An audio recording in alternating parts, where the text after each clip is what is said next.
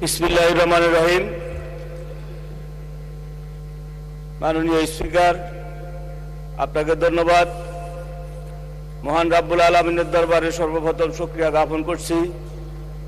আল্লাহ পাক আজকের এই মহান সংসদে আমাকে আসার এবং কথা বলার তৌফিক দান করেছেন, আলহামদুলিল্লাহ। আমি কৃতজ্ঞতা জানাই, ধন্যবাদ জানাই আমার প্রিয় নেতা বাংলাদেশ সরকারের মাননীয় প্রধানমন্ত্রী আমাকে আজকের এই সংসদে আসার সুযোগ করে দেওয়ার জন্য। আমি আমার একটি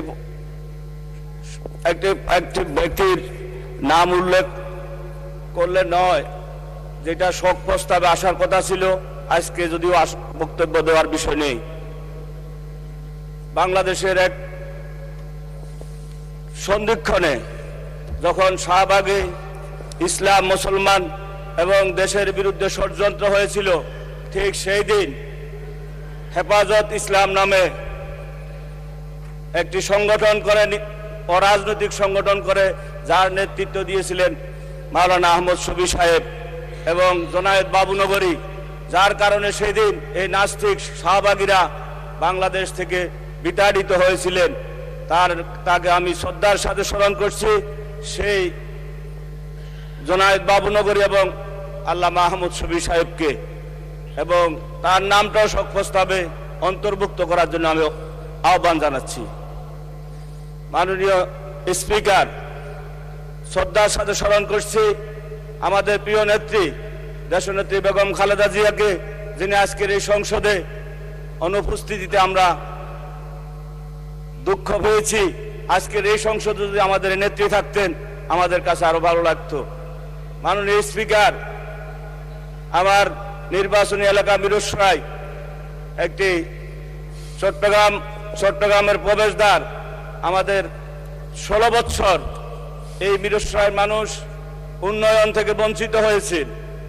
রাস্তাঘাট, পোল, কালভার্ট থেকে শুরু করে যে নির্বাচনী এলাকায় আমাদের প্রিয় নেত্রী নির্বাচন করে বিজয় হয়েছিলেন, যার কারণে আমার এলাকায় উন্নয়নের ছোঁয়া লাগে নাই।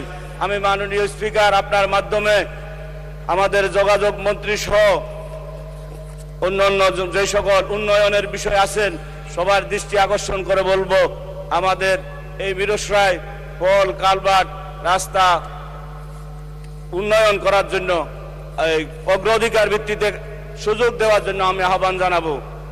আর বিশেষ করে ধন্যবাদ জানাই আমাদের আজকের সংসদ নেতা যে কর্মসূচি নিয়েছেন, খাল কাটার কর্মসূচি। সেই খাল কাটার কর্মসূচি প্রথমে আমার মিরসরাইতে আগামীকাল উদ্বোধন করবেন আমাদের চট্টগ্রামের আমাদের প্রিয় নেতা জনাব আমির খসরু মাহমুদ চৌধুরী সাহেব।